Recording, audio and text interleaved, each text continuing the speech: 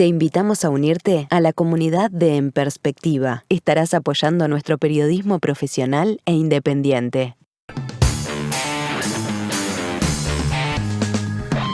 Abrimos, señoras y señores, la tertulia en este jueves, que es 6 de agosto del año 2020. Una tertulia que viene con permanencias y con cambios. Hay voces que ustedes escuchan con frecuencia y otras que están como invitadas hoy. Vamos, por ejemplo, al saludo con Esteban Valenti. Buen día. Aló, Esteban. Buenos días, ahora los veo perfectos. ¿No? Buenos días, ahora veo todo bien y bien. Espero que me escuchen bien. Sí, te estamos escuchando, por suerte, bastante bien. Segundo saludo para Daniel Superviel. Buen día. Buen día para todos, un gusto estar otro jueves más con ustedes. Seguimos. Cecilia Eguiluz, abogada desde Salto, se incorpora hoy a esta mesa. Buen día, Cecilia. Buen día, un gusto, Emiliano, saludos a toda la audiencia y un gusto estar con estos compañeros hoy que me reciben como invitada. Has estado en otras mesas ya, ¿no? En otras mesas, sí. ¿Cómo está Salto? ¿Se viene el agua? ¿Refrescó? ¿Cómo es eso? Se viene el agua, está lindo igual. Y el último de los integrantes de la mesa de hoy, David Uriarte, ya ha estado otras veces, él es abogado, vinculado al Frente Amplio. Adelante, David, ¿bien? Bien, gracias. Bueno, un saludo a todos. Vamos al primero de los temas. Ingresó formalmente al Senado ayer el proyecto de ley de Cabildo Abierto que busca reinstalar la ley de caducidad de la pretensión punitiva del Estado aprobada en el año 1986. El texto deroga la ley 18.831, una norma interpretativa aprobada en 2011 solo con los votos del Frente Amplio que dejó sin efecto la ley de caducidad. Pero no solo eso, el proyecto también ratifica en su artículo 5 que la única fuente de derecho penal es la aprobada en el marco de nuestras disposiciones constitucionales, con lo cual lo que busca es levantar la obligación de obedecer la sentencia de la Corte Interamericana de Derechos Humanos en el caso Hellman, que en el año 2011 ordenó al Estado uruguayo que se retomara el juzgamiento de los responsables de delitos de lesa humanidad cometidos en dictadura. El martes, en la media hora previa del Senado, Guido Manini Ríos hizo una defensa del proyecto y se centró en ese dictamen de la Corte Interamericana, que a su juicio es una intromisión inadmisible en la soberanía de nuestro país. Habrá uruguayos genuflexos felices de este tipo de dependencia, pero no es ese nuestro caso. Y por eso reivindicamos nuestra soberanía nacional, nuestro derecho a establecer el marco jurídico que regule nuestra vida en democracia. Reiteramos, ningún dictamen de organismo internacional está por encima de lo que establece nuestra Constitución Nacional. Un apunte más, el semanario de La Mañana, cercano a Cabildo Abierto, también ahondó en ese enfoque, en un editorial titulado La Segunda Independencia. Sostuvo que los jueces que integran la Corte Interamericana ostentan un poder inconmensurable sobre la sociedad uruguaya. Ni la Constitución, ni las leyes, ni las iniciativas de democracia directa podrían desconocer esos dictámenes de la Corte Interamericana de Derechos Humanos. Al menos eso piensan y defienden con fervor internacionalista algunos conciudadanos, porque es difícil llamarlos compatriotas, dice ese editorial. Bueno, ya hemos charlado en estos días en otras mesas a propósito de esta propuesta de Cabildo Abierto, la que vino a conocerse sobre el fin de semana, cuando Manini informó que le había presentado su idea al presidente Lacalle Pou.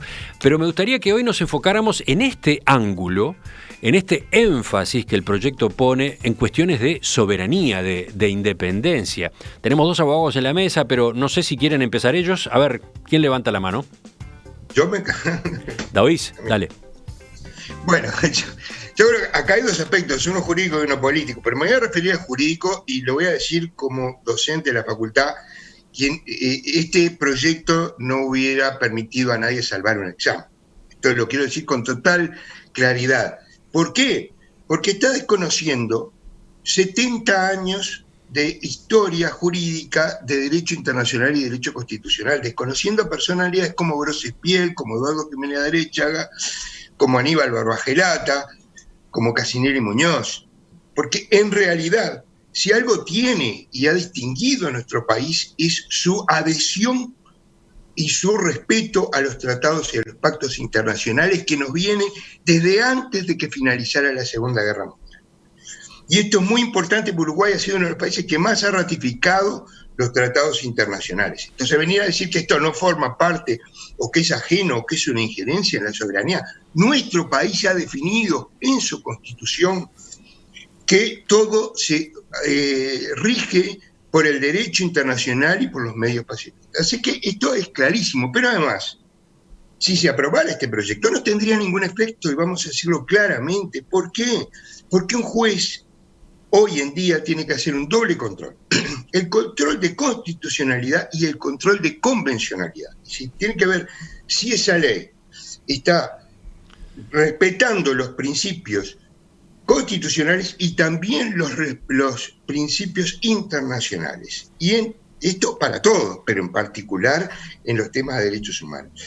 Y entonces, cuando hace ese control, se da cuenta que este proyecto de ley es totalmente incompatible con lo que hemos suscrito, no solo con respecto al Pacto de San José de Costa Rica, sino también con respecto a todo el resto de los pactos que hemos suscrito a nivel internacional. Y esto va acompañado, además, es decir, tampoco pasa el control de constitucionalidad, porque hay una sentencia, la 365 del 2009, que es anterior a la sentencia de la Corte Interamericana de Derechos Humanos, y que marcó de ahí para adelante el camino a la Suprema Corte de Justicia para decir la ley de caducidad era una ley inconstitucional.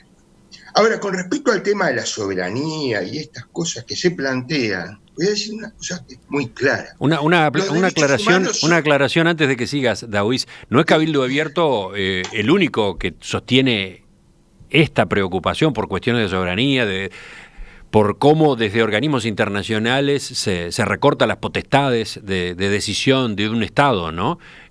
Lo hemos escuchado ya, es un debate que existe. Como ciudadano podría decir que las leyes invaden mi ámbito personal. O sea, hoy hay una ciudadanía que es del mundo. El Uruguay está en el mundo y, por supuesto, su soberanía consiste en que resigna parte de su soberanía para obedecer a un concierto internacional. Pero además los derechos de la persona son de la persona y no de los ciudadanos. Por eso requiere una protección internacional. Y lo voy a hacer muy claro sobre el tema de los plebiscitos para terminar con toda esta parodia de los plebiscitos. ¿Estaríamos dispuestos a someter un plebiscito de que haya personas que pueden ser esclavizadas en nuestro país? ¿O de que haya una religión prohibida absolutamente en nuestro país? ¿Ustedes creen que eso es posible? Porque vamos a entendernos, si nosotros creyéramos que eso es posible, podremos decir, bueno, si el 60% dice que hay que volver a la esclavitud, volvemos a la esclavitud. O bueno, si el 60% dice que hay que prohibir una determinada religión, volvemos a la religión. ¿Por qué no se puede hacer eso? Porque estamos en un Estado de Derecho y el Estado de Derecho, hoy, como se define internacionalmente, es un Estado que respeta los derechos humanos, los derechos de la persona y no del ciudadano. Bueno, porque interesante. Los derechos... Interesante el planteo de Daoiz. Vamos a seguir, vamos a ir escuchando las otras voces. Pero yo te quiero, está bien, pero me guardo la parte política porque vamos a entendernos. Este discurso de excesos de soberanía y de nacionalismo, ¿verdad?, tiene unas consecuencias políticas que lo obliga a Maní y a quienes presentan este proyecto a Bolsonaro, a Le Pen y a otras historias. Bueno, pero vamos a ir escuchando a los demás porque así tenemos un espectro de puntos de vista. Cecilia, la otra abogada de la mesa, ¿vas tú o van Daniel, Esteban? A ver, escucho. Bueno, menudo problema puso sobre la mesa Manini desde el punto de vista político y desde el punto de vista, creo que también de una discusión que mucha gente la da por saldada y que en definitiva creo que responde a su condición política y a lo que fue su campaña y un poco a su electorado. Y en esto quiero distinguir una cosa: lo que se presenta es un proyecto de ley, por lo tanto seguramente muy complejo para el análisis por todos los elementos que tiene, no el proyecto sino el tema en sí, pero es un proyecto de ley de un senador, no es más que eso. Yo creo que este tema seguramente vaya a quedar en eso nada más en el Palacio Legislativo, es mi opinión a primera vista. El proyecto corresponde a 3 senadores. Cabildo Abierto tiene 3 senadores, ¿no? Manini, Ríos, Domenech y Lozano. Es un proyecto del partido Cabildo Abierto, por lo tanto evidentemente responde a un electorado que seguramente, y lo vi ya varias veces, necesite determinadas respuestas. Que sea el camino este proyecto de ley, yo tengo mis dudas, porque en realidad, primeramente, lo que tiene que ver con la oportunidad, me parece una oportunidad totalmente fuera de lugar, con un año complejo como el que tenemos, y no solamente por el tema del COVID, sino porque salimos de la LUC, entramos en el presupuesto, es un año complejo desde el punto de vista legislativo. Y desde el punto de vista jurídico, claramente yo entiendo que se está hablando de la irretroactividad del derecho penal en el proyecto, cuando en verdad estaríamos omitiendo lo que es el derecho internacional de los derechos humanos, que es, como bien decía el doctor recién, una fuente para nosotros en el ordenamiento jurídico, no solamente por la tradición histórica que tiene Uruguay, sino porque Uruguay además ha tenido condenas, y Uruguay fue el que se sometió a la jurisdicción de la Corte Interamericana. No es que se haya violado la soberanía, sino justamente el país como soberano es el que se somete a esa jurisdicción, como también, por ejemplo, los países europeos se someten a la jurisdicción del Tribunal Europeo en lo que tiene que ver con los temas de derechos humanos, y uno cuando mira las sentencias también de ahí entiende que no es lo mismo, y hay unas sentencias muy interesantes que tienen esta dicotomía, ¿no?, entre la irretroactividad del derecho penal y lo que son los considerados delitos de lesa humanidad, que además tienen teorías específicas como la Radbruch y otras teorías muy modernas que en definitiva los analizan como un foco diferente. Creo que eso no está ni cerca en este proyecto que se plantea, que además entiendo que tampoco tendría eficacia. Creo que es un proyecto político que pone el tema de discusión en una oportunidad que no es la adecuada. Sí, aclaremos para los oyentes, por las dudas, la Corte Interamericana de Derechos Humanos es un órgano judicial de la OEA, pero autónomo, ¿no? Pertenece al sistema de la Organización de Estados Americanos, tiene su sede en Costa Rica y lo que hace es aplicar e interpretar la Convención Americana sobre Derechos Humanos y otros tratados de derechos humanos a los cuales se someten los países del sistema interamericano. Seguimos, vamos ahora con Esteban. Bueno, esta batalla que lanzó, la enésima batalla que lanza Cabildo Abierto, encabezada por el general de ejército, como firma el propio proyecto Manini Ríos, es una batalla política, pero es una gran batalla ideológica. Él sabe que esto no va a salir a nivel parlamentario. Lo dice muy bien Cecilia, no hay ninguna perspectiva. Que desde el punto de vista jurídico, como decía David, es absolutamente indefendible. Yo escuché 2 constitucionalistas, la Suprema Corte de Justicia habló en contra. Acá el problema es que esta es una gran batalla ideológica, pero no contra la izquierda, porque cada vez que uno habla de ideología tiene que ser o izquierda o derecha. No, acá estamos hablando de la democracia. La democracia es, en primer lugar, un gran concepto ideológico, ideal, y esta es una gran batalla ideológica contra no solo los derechos humanos, sino introduce un nuevo elemento, por primera vez con todo su despliegue, que es el nacionalismo más ramplón, más chato, más contrario a la tradición uruguaya, más contrario a la historia jurídica, pero a la historia de los derechos humanos del Uruguay. Y además, yo le digo al general retirado Manini Strata, que en realidad yo prefiero que nosotros nos atengamos a una resolución aprobada por unanimidad en el Parlamento Nacional en el año 85 por todos los partidos y por todos los legisladores, que yo me atenga al pasado de la defensa de los violadores de los derechos humanos. Ese es el planteo, replantear el debate sobre la legalidad y la justificación de las peores violaciones de los derechos humanos. Esa es la batalla ideológica. ¿Por qué? Porque el proyecto político, que es transformarse en una alternativa a todas las demás fuerzas políticas, inclusive las de la coalición, por eso no le importa, al contrario, le va muy bien chocar con la coalición. Y esta batalla por parte del resto de la oposición tiene que ser encarada con una visión democrática y de amplitud, y no una visión pequeña de la disputa, digamos, partidaria menor. Ellos, para poder avanzar en ese proyecto, necesitan plantear las bases ideológicas que son un nacionalismo descarado y de la peor especie como este que están planteando. Pero además, el replanteo de todo el relato sobre la dictadura.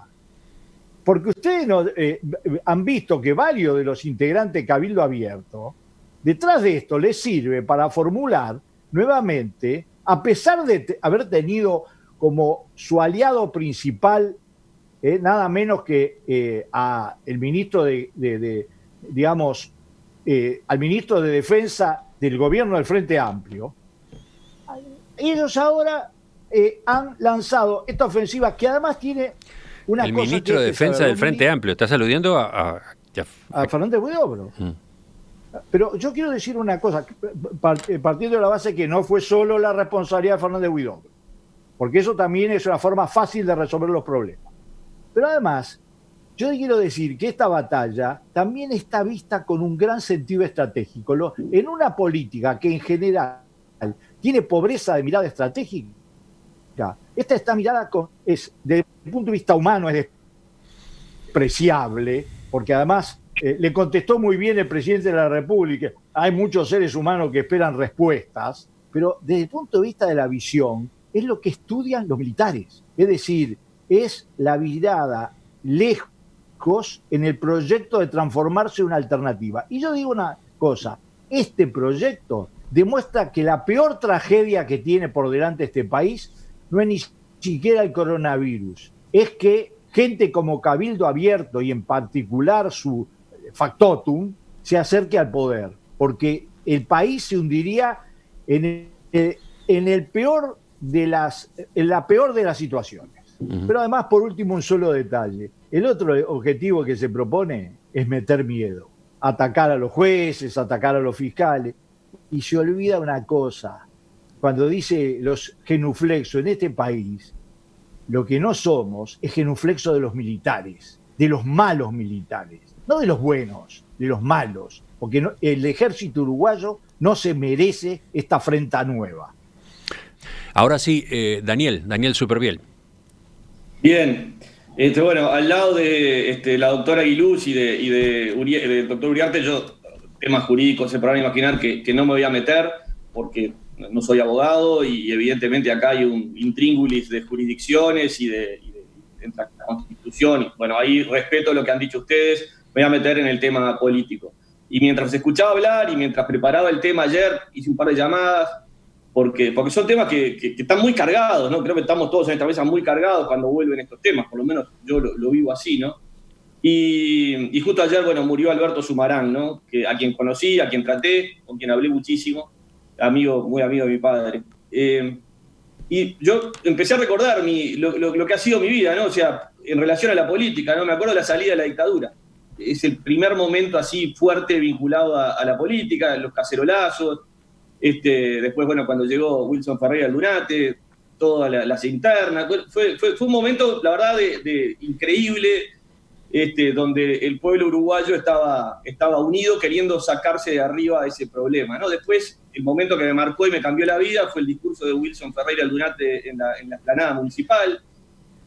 Después la asunción de Sanguinetti, después viene la calle, después Sanguinetti, Valle, la transición con el Frente Amplio, los festejos del Frente Amplio. Siempre dije que el 2004 el Frente Amplio tenía que ganar y hasta fue un motivo de alegría de que el gobierno rotara de manos hacia el Frente Amplio. Después viene Mujica, después viene Vázquez, después viene la calle Pou. Tuve la suerte de participar en aquella campaña La Positiva, donde viví muy de adentro lo que es la cocina política y una campaña electoral.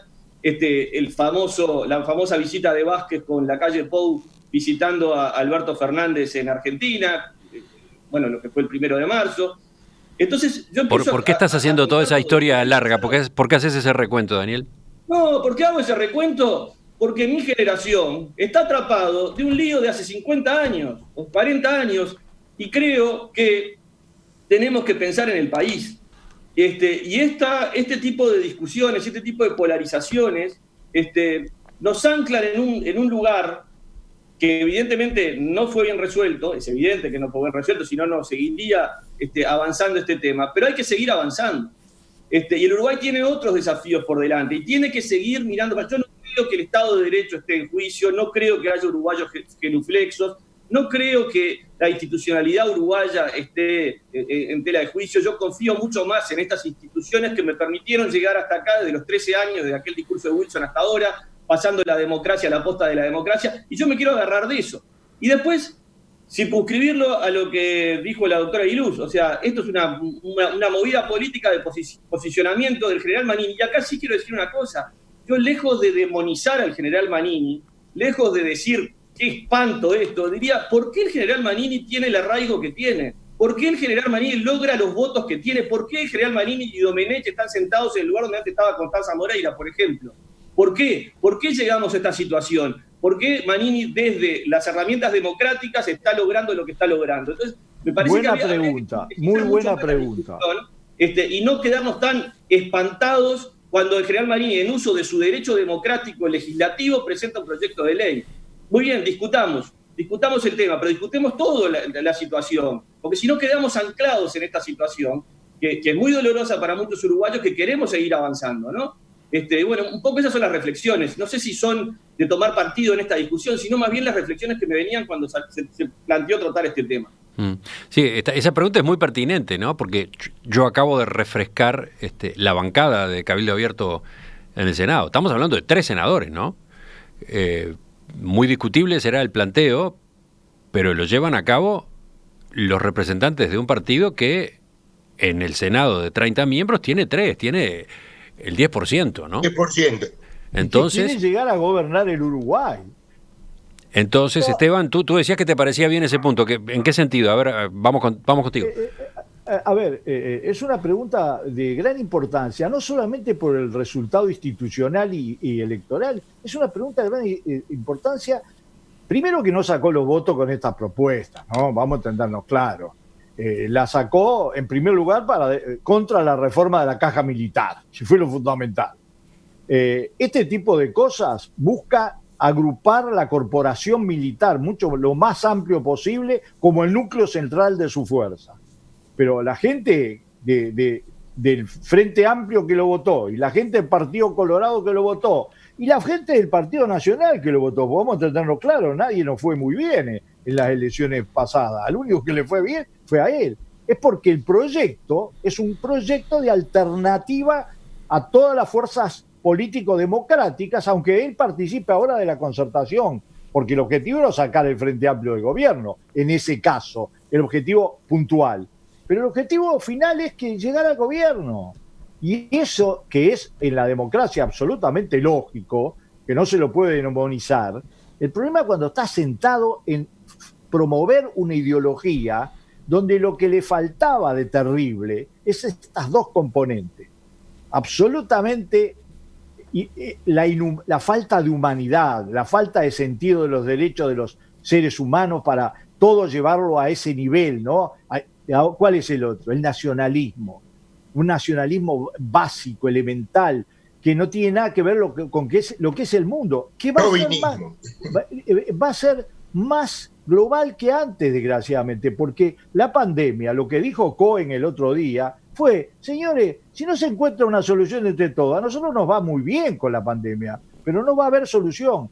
Bueno, este tipo de cosas es de una agresividad con el sentido histórico del Uruguay, y mucho más con el sentido artiguista. Ellos hicieron una campaña diciendo que se llama artiguismo. Bueno, el estudiante más elemental de artiguismo sabe que esto no tiene nada que ver con el ideario artiguista, absolutamente.